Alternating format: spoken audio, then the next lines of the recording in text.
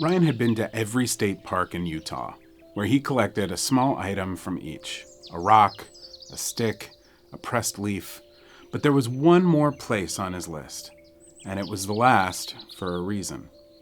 Today he was visiting the most ancient of parks, dating back millions of years, with trees older than God, trees so old that they had turned to stone. And as he drove, Ryan prepared for his life to change forever. When he arrived at the Escalante Petrified Forest, it was a plethora of warning signs that caught his eye first. Help us preserve our beautiful park. Leave nothing but footprints. Take nothing but memories. Do not take the rocks. Souvenirs available in the gift shop. There was even, purportedly, video surveillance, which seemed like a little much for a state park. Ryan gave the signs a glance and, like most everyone else who entered the park, made a judgment call that the signs didn't pertain to him. He was special. He was a true collector. According to the next sign, the park expanded 1,400 acres and was home to 5.5 million tons of petrified wood. Certainly a true collector like himself could take home one small piece without having a profound impact on anything. And let's be honest, with 1,400 acres to manage, the Rangers couldn't be watching everything, right? Ryan shot off to the restroom and then completed his state park ritual by poking into the gift shop to plan ahead for any purchases he needed on the way out. Another sign. Except this one was a little different, not only because it sat inside, but because it contained a written letter. The Curse of the Escalante Petrified Forest. Each year, hundreds of people send letters to the park rangers here at the Petrified Forest, along with pieces of petrified wood that have been stolen from the land. While each letter is different, they all report experiencing bad luck. Financial loss, deteriorating health, and sometimes death all seem to be lurking around those who decide to steal from these ancient grounds. Here is one of those letters. To whom it may concern, I picked up this small piece of wood when I visited last year. I thought the warnings were phony. Since that time, I have had 3 accidents. I would advise anyone who thinks lightly of the bad luck to think again. Please place this back in its rightful place and ask for my forgiveness. Let's just say I learned my lesson. Ridiculous, Ryan thought. This was the most absurd display of authority he had ever seen. The letter, of course, was a veiled attempt by the understaffed Parks Department to try and wrangle in theft. But come on, 5.5 million tons of petrified wood is a lot. There was enough to go around. And speaking of enough, that was enough malarkey for one day. And so Ryan spent the rest of his time wandering the grounds, enjoying the expansive views and fascinating spectacles. And as the sun started to set, he tucked off the path by shelter of a large boulder and grabbed himself a beautiful piece of a nearby tree that had turned to rock over millions of years, and he buried it in his backpack's inner pocket. After an uneventful drive home, he immediately rushed down to the basement to add his new priceless artifact to the collection on the reflective glass of his showcase before starting his evening routine.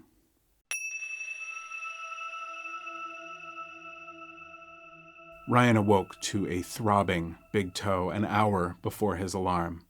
3:43. No way he was getting back to sleep. After tossing and turning for a while, he tried to walk it off while making coffee, but to no avail. What did he do? No puncture wounds, no cactus spikes or little bites anywhere on his right foot, but as he stepped around the kitchen, the pain shot like lightning up his nervous system and into his brain. Driving the truck made it worse. The extra-large gas pedal hurt to press down. He would have switched feet, but then there'd be no foot for the clutch. Filling Coke machines had never been so painful. By the end of the day, he couldn't walk without limping. Ryan kicked off his shoes when he got home and crawled up the stairs on his knees, lying flat on the carpet of the landing. What a day. What a damn day. The faint sound of the bedroom alarm startled him awake. Had he slept on the floor all night? Pushing up to his knees, he could feel the pain, worse than the day before. Maybe it was broken? he'd have to see a doctor, but work was 10 days on and 3 days off. 9 more days felt like an eternity. Rounding the doorway to the bedroom, Ryan caught view of the time. 5:56. That couldn't be right. He grabbed his phone right as the minute changed. Jesus! He'd slept through an hour of alarm. 4 minutes until shift. He bolted for the front door, ignoring the pain reverberating through his toes, tossed his boots in the car, and hit the road, working a sedan's pedals with his left foot. His working foot. The previous day was leaking out of his body, so he cracked a window. At least he worked at a soda factory. No client meetings today, just high school hallways and office building cafeterias. Goose! Ryan swerved, but with his feet swapped, slammed on the gas pedal before finding the brakes, accelerating to the bird full force. The thwop and chunk of the car left no room for guessing. That goose was a goner. What's the protocol here? Ryan thought, at the side of the road, head against the steering wheel. His male instincts told him to get out and look, so after painfully slipping on his boots, he stepped out to view the massacre where, painting the last 50 yards of the road red, entrails spread like pasta night with a 2-year-old, laid the top half of a pure white swan still flopping its broken neck behind the car. The bird's innocent and simple black eyes met Ryan's, cutting into his heart with a guilt so vibrant that his foot felt like an afterthought. No living thing should ever experience this, Ryan thought, and as an act of mercy, he lifted his foot and ended the beautiful life, taking the pain away forever with a quick stomp on the skull. Or two. After a moment of self-inflicted shock, Ryan lifted his bloody boot and started to wipe it on the nearby grass, where his eyes drifted up to the congregation of neatly dressed early service attendees on the front lawn of a little church across the road, standing, staring. "I'm late for work," was all he could think to say before getting in the car and driving off. The rest of the day went as expected. Ryan's boss was livid, which cascaded into working late, and by the time Ryan pulled up to his house and limped inside, he was fighting the urge to fall asleep on the landing again. He leaned his back against the hallway wall and shimmied off his shoes, wincing in agony, and started to peel off the 2-day-old socks. The left one peeled off just fine, but when the right sock got to the toes, it crunched like pizza crust, almost grafted to his skin, pulling out hairs as it revealed his abnormally colored toes. Ryan poked his big toe, now a mixture of tan and deep red, and found that the skin was not just firm, but solid. He felt no pain, in fact, no feeling at all in that toe. The throbbing was coming from his other 4 toes, the puffy red ones. He could still bend those, but not without audibly crying out, "This had to be a dream."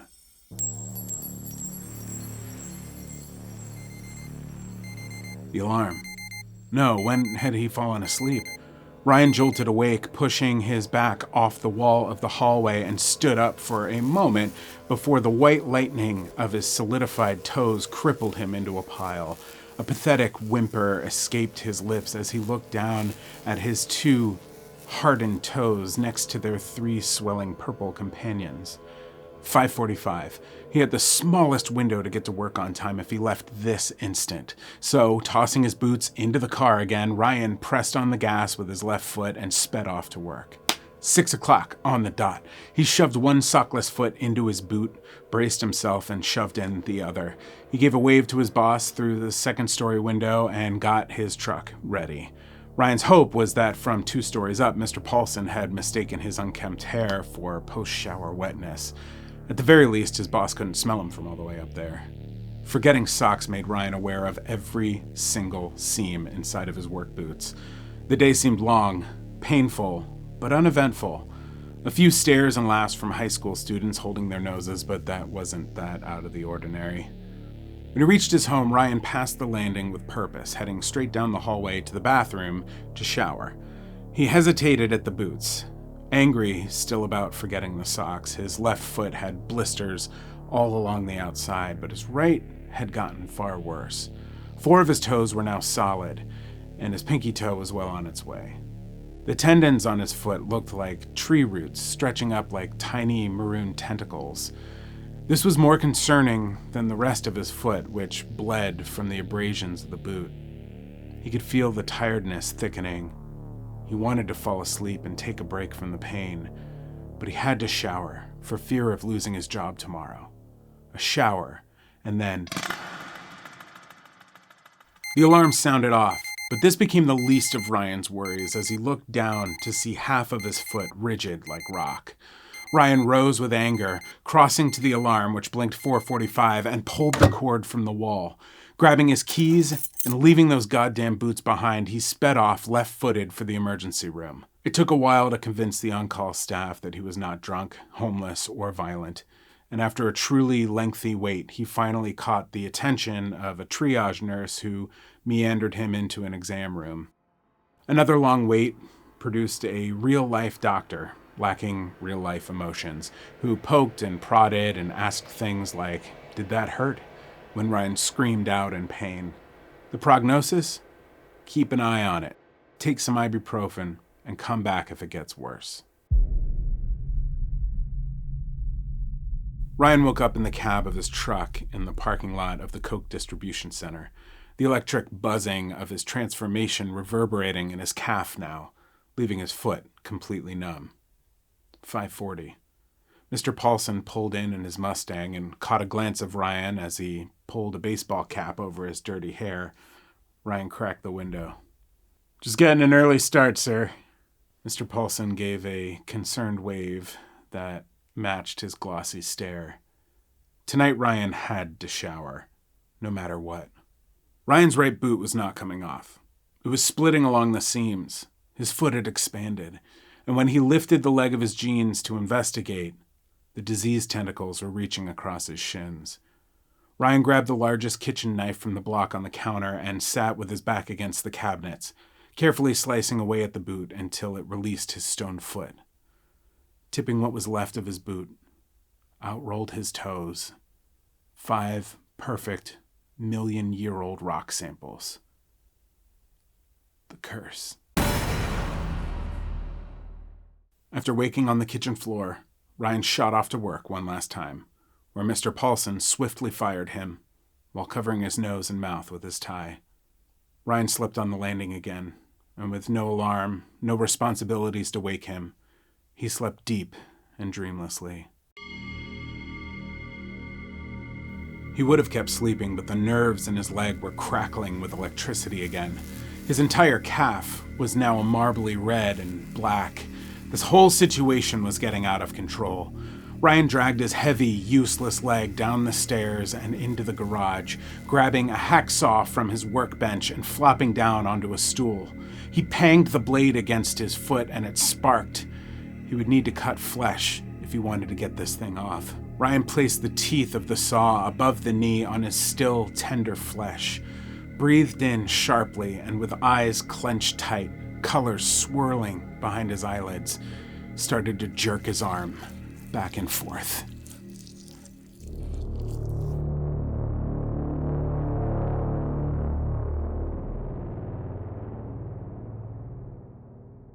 Ryan didn't wake up on the garage floor, because Ryan didn't wake up at all.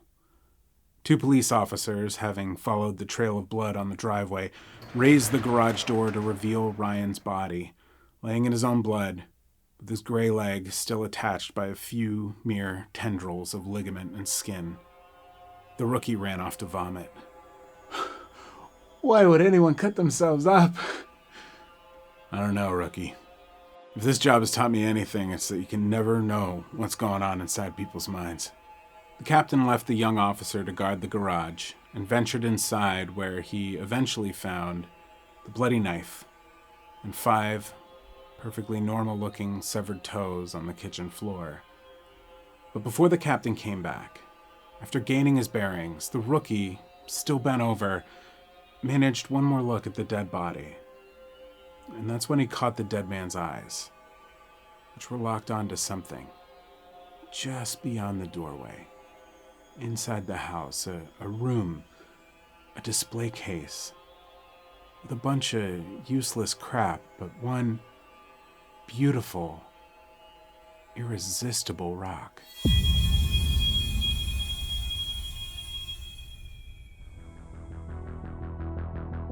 Haunting Season was created by me, Joshua Sterling Bragg, and is a joint production of Believe Limited and Matt Geelan. Executive produced by Matt Geelan, Ryan Geelan, and Patrick James Lynch, and produced by Greg Holdsman. Creative support by Mel Forrest, Cody Dugan, Courtney Barber, and Jessica Richmond, and the Haunting Season theme song and other select music is made by North Innsbruck. The editing and sound design is done by Colby Crow. This episode was written, performed, and directed by Joshua Sterling Bragg. If you liked today's episode, please subscribe and visit the official Haunting Season TikTok for daily horror movie reviews, hauntings, folklore, and urban legends.